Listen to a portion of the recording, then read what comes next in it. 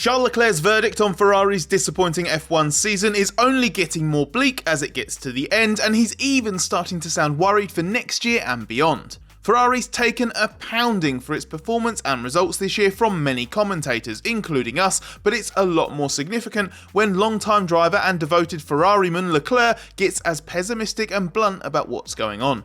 It's bad enough for Leclerc that Ferrari isn't fighting for wins very often, if at all, after it fought for the Constructors' title last season and had big expectations for 2025. What's even worse for him is that he reckons Ferrari hasn't even seen progression throughout the year relative to the front of the grid. He feels Ferrari's had the same deficit since the start, whereas now Red Bull and even Mercedes are getting on McLaren's level. And Leclerc says that's leaving him and teammate Lewis Hamilton as passengers, as they cannot do anything to fight for better positions. Leclerc's feeling is largely backed up by the data. Ferrari has made a small improvement in the third quarter of the season in terms of one-lap pace relative to McLaren, but all that's really done is bring it back to where it was at the start of the year, which, if you remember, wasn't exactly great when the car was running legally.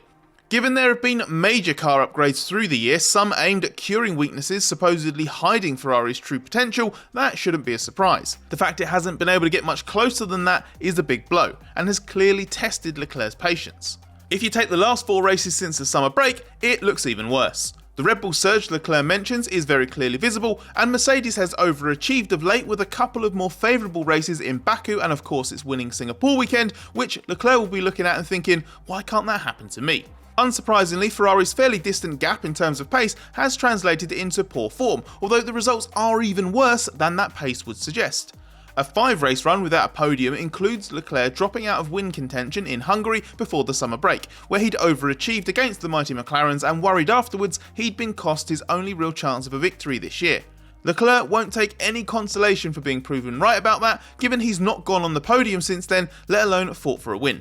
Unfortunately, that's left him glumly predicting there won't be anything special over the rest of the year for Ferrari, which, having had title-winning aspirations, looks like it might instead have its first winless season of the Fred Vasseur era. And Leclerc's alarm bells don't end with 2025 either. Leclerc's evident frustration with Ferrari's uncompetitive situation doesn't just extend to recent Grand Prix, where he expected to be particularly strong and wasn't. While he believes F1's huge rules overhaul next year is a big opportunity for Ferrari to turn the situation around, it was at least slightly caveated by the unprompted concern that I really hope we start 26 on the right foot, because otherwise it's going to be a tough couple of years. It's hard not to hear that and wonder why it needed to be said, and whether a little bit of doubt has crept into Leclerc's mind about Ferrari's ability to nail the new rules. There is a growing sense that Leclerc's beginning to see history repeating itself, that he's maybe living through yet another Ferrari doom cycle that could have massive implications for 2026 and beyond. As a legacy of the secret deal Ferrari struck with the FIA over its suspiciously powerful 2019 engine, Ferrari logically sacrificed the COVID seasons of 2020 and 2021 to focus on the all-new ground effect regulations of 2022. That worked at first. Ferrari won races again and Leclerc looked like a title contender early on, but faded as Ferrari's poor execution and weak development blunted Leclerc's challenge. He's since seen his team overreach in 2023 by building a horribly peaky car that destroyed its tyres, then almost the reverse of that in 2024, which, but for a rushed mid-season upgrade that took too long to reverse engineer, might have won the Constructors' title that was ultimately narrowly lost to McLaren. But once again, Leclerc finds himself asking, where's the sustained progress? The same problems that have limited Ferrari since the start of the season are still there, and that old issue of not being able to develop a car still seems to be a significant weakness. This is partly because Ferrari decided in mid-June to switch off 2025 development, in part because it knew by then it wouldn't realistically be in the hunt for a championship McLaren has dominated. That shows good foresight in the sense it should help Ferrari start 2026 strongly, but if the tools and methodologies being used to get ahead for 2026 are the same ones that have made the 2025 Ferrari such a disappointment to Leclerc, perhaps Ferrari's missing a trick. And if it has misjudged the situation, Leclerc's fear of a baked-in disadvantage for several more years could be realised quite quickly. He says he is still looking forward to 2026, and it surely can't come soon enough given how badly 2025 has tailed off, but you sense the implicit trust he has in Ferrari to get things right is at least a bit shaken. When Leclerc signed that mega contract extension back in January 2024, which is reported to commit him to Ferrari until the end of 2029, he wouldn't have been expecting to reach the end of a full decade with the team without winning a world championship. But if Ferrari messes up again at the start of 2026 and shows the sort of wayward car development that's undermined it so badly in recent seasons, then that's exactly the fate that likely awaits Leclerc. Within Ferrari's difficulties, Leclerc believes his own season has still been very good. He's been in the top 4 of the race's annual driver rankings in each of the past 5 seasons, last year being his highest place yet in second. But with a couple of wobbles by his own sky-high standards of late, it's worth assessing if this year has been so strong. The first measure is performance compared to your teammate, and that's a battle Leclerc's won comprehensively. As although Hamilton produced Ferrari's best moment of the year by winning the China sprint from pole position, Leclerc has had the advantage across the Grand Prix themselves by all performance metrics.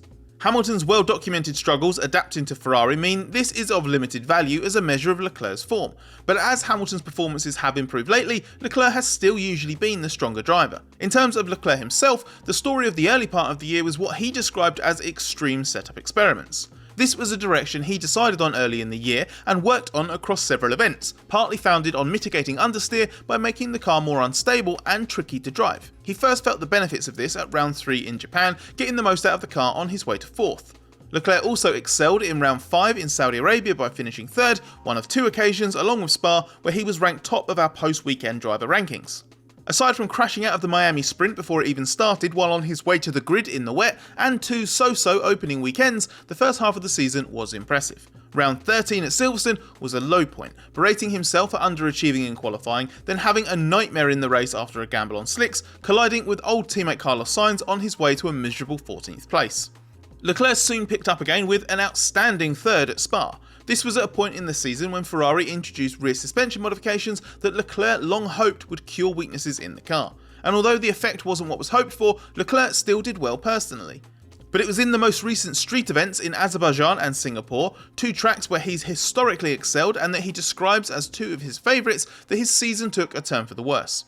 He crashed in Q3 in Baku, recovering to 9th, then had a tough time in Singapore where he was outpaced by Hamilton in qualifying. He finished ahead, but it wasn't Leclerc's most convincing performance. Still, while Leclerc's had 3 disappointing weekends, Silverstone, Baku and Singapore, across the past 7 events, overall his performance level has still been good this year. And there's obviously no doubt that it's the car and team, not the driver, that's the biggest problem. With all this in mind, what's the chance of Ferrari and Leclerc ending 2025 on a high? Leclerc's hopes of salvaging something from this year are fading, but it's a matter of urgency that Ferrari finds some form and not just to keep Leclerc happy. Apart from having a car that just isn't as competitive as its rivals often enough, Ferrari seems to have regressed in how it runs it. There's no excuse for Ferrari scoring so few points compared to the other top teams of late, just 50 in 5 races compared to 98 for Red Bull, 105 for Mercedes and 134 for Constructors' champion McLaren. Trajectory is important in F1 and Ferrari's is worrying, and not just over the short term. There were clear signs of Vasseurs Ferrari becoming a more robust racing team over the last 2 years, but this season's had too many setbacks of varying proportions. Most recently in Singapore, a brake management problem emerged after just a few laps on both cars and meant Ferrari spent 95% of the race, according to Vasseur, managing brake temperatures and not running at its full pace. When Hamilton tried to do that late on, his front left brake failed. And as that followed Baku, where Ferrari was fast in practice then had a poor qualifying, Vasseur called it mega frustrating to have now had 2 races in a row where the performance potential of the car was clearly above what its mediocre results suggested. Ferrari seems at risk of losing its way, and that might partly be influenced by having 2 emotional drivers who are more prone than most top liners to gambling on setup just to see if it works. In Singapore, for example, Leclerc also admitted he did something a little bit stupid by adding a lot more front wing in Q3 after being frustrated by the car balance being so understeery all weekend. That's at least a hint of desperation from Leclerc and Ferrari, which should be reining in its driver and focusing on getting the most out of the car it's got, not trying to throw Hail Marys. It would be wrong to justify doing that by arguing what's Ferrari got to lose, because it's still in a fight for second in the Constructors' Championship, even though it has been jumped by Mercedes in the last 2 events, and Red Bull's still in the mix as well, even as a Max Verstappen one-man band.